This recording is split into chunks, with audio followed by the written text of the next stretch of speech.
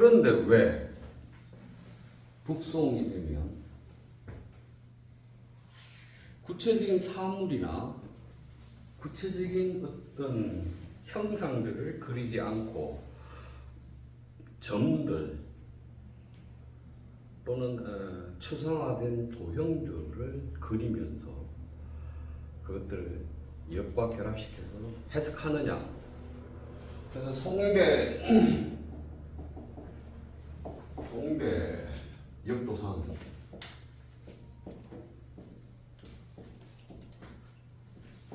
송대 역도상은 점들이죠. 점, 흑백점, 까만 점이거나 긴 점, 또는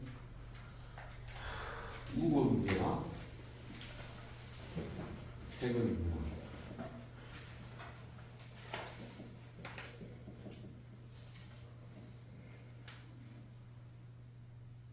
뭐 이런 것들이죠.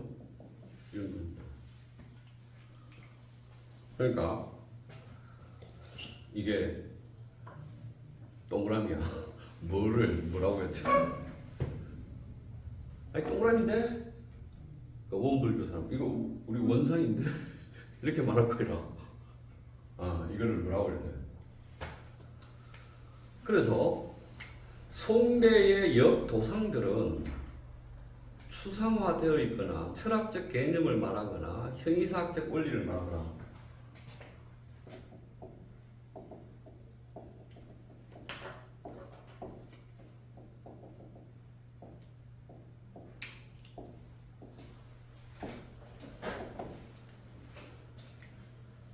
그럼 다시 왜 이들은 이렇게 바뀌었을까요?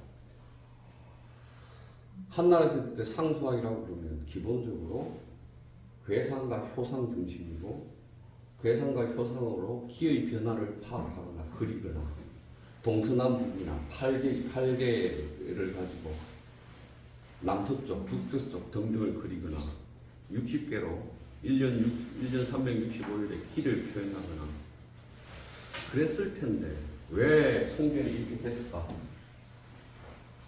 뭐라고 대답해야 될까요? 이 문제에 대해서.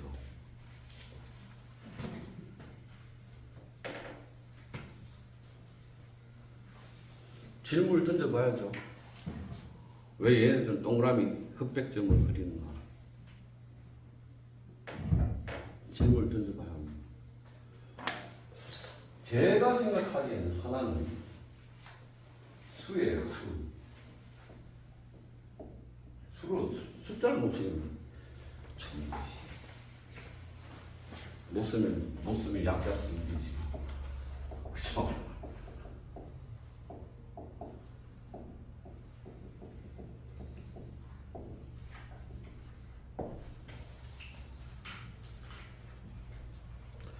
그래서 한나라 시대 때는 상에 대한 한나라는 상을 중심으로 했는데 이게 한이면 송은 수의 중심의 사유를 한다라고 하는데 왜 이때 갑자기 수가 중심이 되었을까?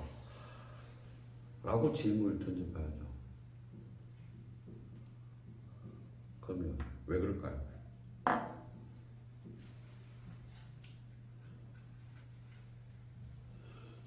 이게 역을 이해하는 방법.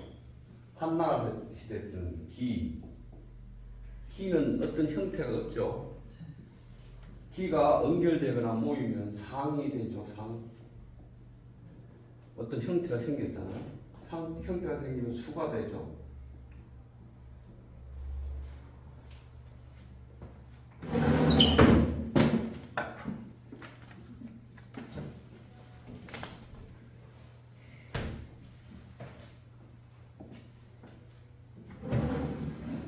그러니까 형태가 되면 물이 되고 물이 되면 수의 사이로 넘어갈 수 있죠. 이렇게. 그래서 이제 이 기를 혼원지기 그러잖아요. 혼원지기가 있고 이 혼원지기가 태역으로 되었다가 태역이 태시, 태초, 태시 되었다가 태직이 되었다가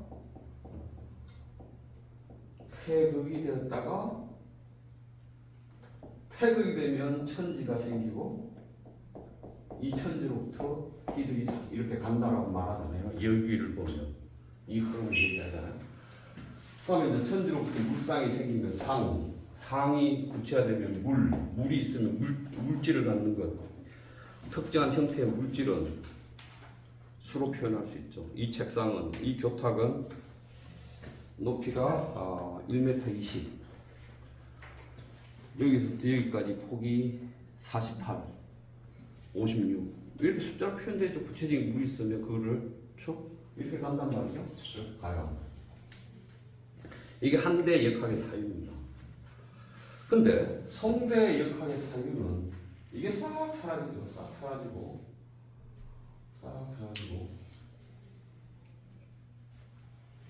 여기다가 리를 하나 집어넣죠. 리기상수. 그래서 이제 리를 무극이 태극 이렇게 집어넣어서 이렇게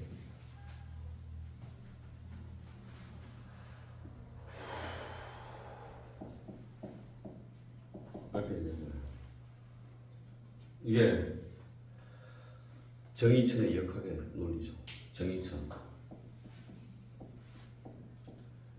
정인천의 논리고, 주령교의 논리는 리가 있고 리가 기화해요. 기화합니다. 기로 바뀝니다. 기화된 것이 형태로 바뀌지요. 형화된 것이 종자생. 이렇게 한다라고 말이죠. 이거는 주령계의 논리고, 이건 정의체의 논리죠. 이들 안에서 이제 이 수가 구체적으로 상이 아닌 수가 선택이 되는데, 수가 선택되는 것을 지금 이기상수로 갈 때 수를 왜 선택할까요? 리를 한번 생각해요.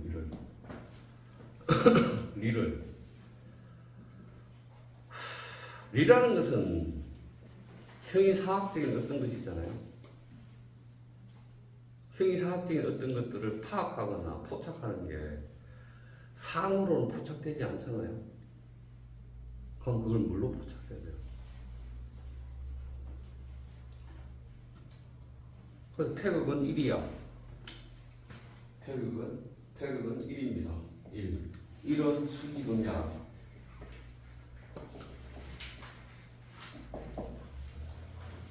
이런 표현들을 한번 봅시다.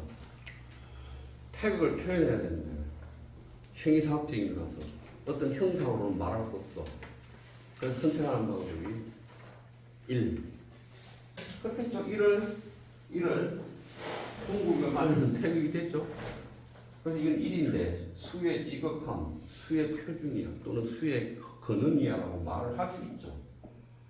그래서 그들은 수를 선택해요. 그래서 수를 선택하면, 상이 아닌 수를 선택하면 리를 말할 수 있는 개연성 또는 가능성이 열리죠. 그렇습니다. 그래서 수에 대한 자유가 탄생합니다.